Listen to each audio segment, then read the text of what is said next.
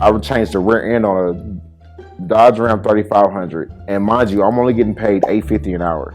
I did a 6-hour job. I saw the customer write the check for $2,400, okay, to the owner. And I'm like, okay, so are you gonna give me a raise? Like,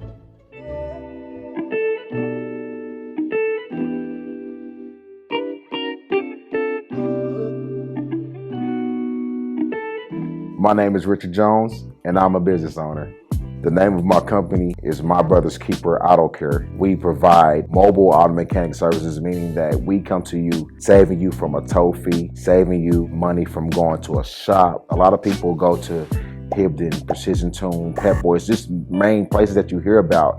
And I've seen estimates up to $2,400 where I save people almost $2,000 in that deal alone. Get the job done faster and, happy customers. We targeted the people that were getting discriminated in shops, and especially women. You might not know it, but women basically get the short end of the stick when it comes to big shops. They're going to tell you that, oh, your brakes and rotors are about to go out. You're going to die if you drive it another 2 miles, and it's nothing wrong with the car at all. I was just here to provide knowledge to people that you don't have to go to the shop to get the car fixed the right way. You don't have to go to these big companies and pay all this money to get the vehicle fixed. There's another option. So that's where we come in. Hey, this is Rich from My Brother's Keeper Auto Care. Hey, this is Nicole. Hey, what's going on?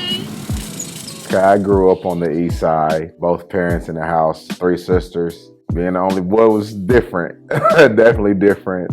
I went to Northeast trying to fit in. I was definitely intelligent. I definitely didn't have bad grades. I just had behavioral issues. Wasn't getting along with guys. Wasn't really too popular. I had buck teeth. My parents ended up putting braces on me. 9th grade, I got into high school band. Got kicked out of high school band because I was always making beats for people to freestyle. So I took up PE, got in shape, and started playing football my sophomore year of high school all the way through my senior year. Went to Langston University with the intentions to have a football scholarship. My dad told me I couldn't play football. He was more focused on grades than anything. Kind of hurt me, but I still lived that college life. It was actually great. It was one of the best experiences I've ever experienced in my life. After my second year at Langston, I stopped going to school, started working. The reason why I didn't want to finish school because I felt like there's got to be other ways to make money rather than just having a college degree. I started seeing my buddies with bachelor's degrees and master's degrees. I couldn't get the jobs that they wanted, the dream jobs. And I was just like, hey, what if I finish school and I can't get the job that I want? After I left school, I got into some trouble. I needed money, definitely. And so I felt like at that point in time in my life, I would do anything to get it. I went through losing a car, going to jail a couple of times. And then one of my buddies I was in college with, who we actually played Little League football together, he invited me to a church. I started changing my crowd. I started changing my music. I started hanging around business owners. It was just a different mindset to my spirit, and I developed a personal relationship with God. I ended up going through a bad relationship and had a child. When my child was born, I lost my job 30 days before. And so the feeling of being broke, it really tore me up. I ran across a place trying to get an oil change, and I didn't have anything in my pocket. So I told the guy, hey, I don't have any money. I need an oil change bad. Let me cut your yard for you, and whatever, I'll cut it for a week straight if I need to, just to pay for this oil change. And so the guy was like, man, I don't know, something about you. You have a trustworthy spirit. And he was like, you want to learn how to work on cars? And this is in 2014. And I said, yes. He said, how much was you making at your last job? I said, about $16 an hour. He said, I can't pay you that. And so I said, how much can you pay me? He said, $8.50 an hour. So I took I had to bite the bullet on that one, and I really talked to God about it. And he just told me to take the job. I developed quickly, like within the first 6 months, I was knocking out brake jobs in 15 minutes. I would change the rear end on a Dodge Ram 3500. And mind you, I'm only getting paid $8.50 an hour. I did a 6-hour job. I saw the customer write the check for $2,400, okay, to the owner. And I'm like, okay, so are you gonna give me a raise? Like, am I gonna get some type of commission off of this? Can you give me some kind of benefits? He was like, if you want benefits or a raise, you might as well go to Jiffy Lube. And so that's when my mentality changed.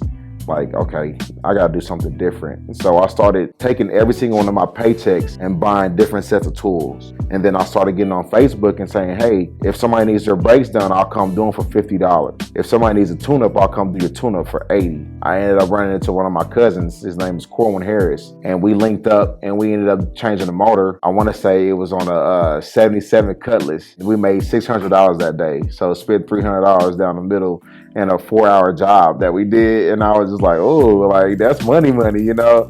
And then after a while, somebody from the Midwest City Police Department reached out to me and was like, hey, we need somebody to maintenance our police vehicles. And I'm like, wow, like this is crazy. And so you need to get the LLC and all that kind of stuff first. So we ended up going to get the LLC. We kept trying to find a name. We was like, mobile mechanics would come to you or come fix it fast. And nothing was clicking. And so Corman was like, how about we just call him My Brother's Keeper? I said, man, and it's Bible. And so I said, My Brother's Keeper Auto Care. And it went up from there. We were so excited. In November of first year of business, I wasn't able to pay my bills. I really wasn't. In December, I ended up applying for a job at Sprint. I worked there while I was still doing my business on the side. So, you know, on lunch break, you really didn't see me too much eating. You saw me out there working on somebody's brakes while I'm at work, just knocking out people's brakes and somebody telling somebody else about me. A few months down the line, I saw this lady named Kendra. And, you know, I was like, okay, she's cute. I just don't really know her. I was actually, being a single man, I was on a dating site called Plenty of Fish. And I saw her active online. And so I wrote her and I said, get back to work. And she was like, I'm already off. Long story short, lucky you. We ended up developing conversation. We got on the topic of music. One of my favorite artists to mimic and sing is Tank. And so I sung this song by Tank called Slowly. It was a message to her. And so she backdoored the message, singing it back to me, and it brought me chills all over my body. I said this, you better watch out before I marry you. And I was just joking, but almost 4 years later, I'm married to her now. My son clings to her. It warmed my heart so much. I asked God if my wife was the one for me, and he said yes. After I got married, I started getting more calls. I'm pretty sure I have almost everybody's family in Oklahoma. Probably not, it's one person you can name I haven't done like a Ken Folks car or something like that.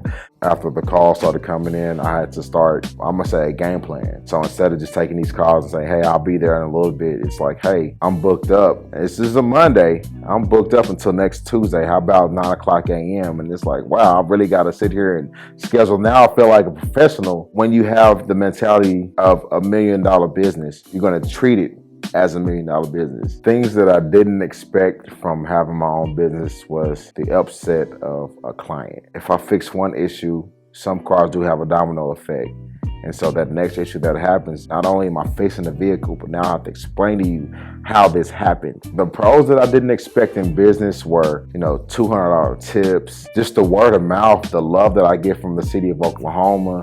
The advice I would give to anybody that's willing to start your own business is first, study your craft. You see the color of the skin? That means you have to go above and beyond standards. You have to go above and beyond the average. The only mistake that I made in business is the fact that I didn't start it earlier. I believe that the reason why the business increased, our finances are increased, is because of my personal relationship with Christ. I always put God first. He comes before everything. If you guys are watching, again, my name is Richard Jones with My Brother's Keeper. You guys can find me on Facebook at My Brother's Keeper Auto Care LLC. You can also contact me 405-819-5050. Thank you to Isaiah TV for the interview. If you guys like it, subscribe. Also, there's a YouTube page, Keeping Up with the Jonses. Me and my wife was married May 17th. May 17th. Shut up. May 20th. Me and my wife were married. I think you said that backwards. I gained your You said when she gained your trust. Oh, shoot. When I gained. I look like I can't. Hmm? All right. Next time on Black Owned. Well, I was actually hoping to keep this one a secret, but only because this is an interview, I'll tell it to you. But this is the only time I'm telling it to anybody in the world.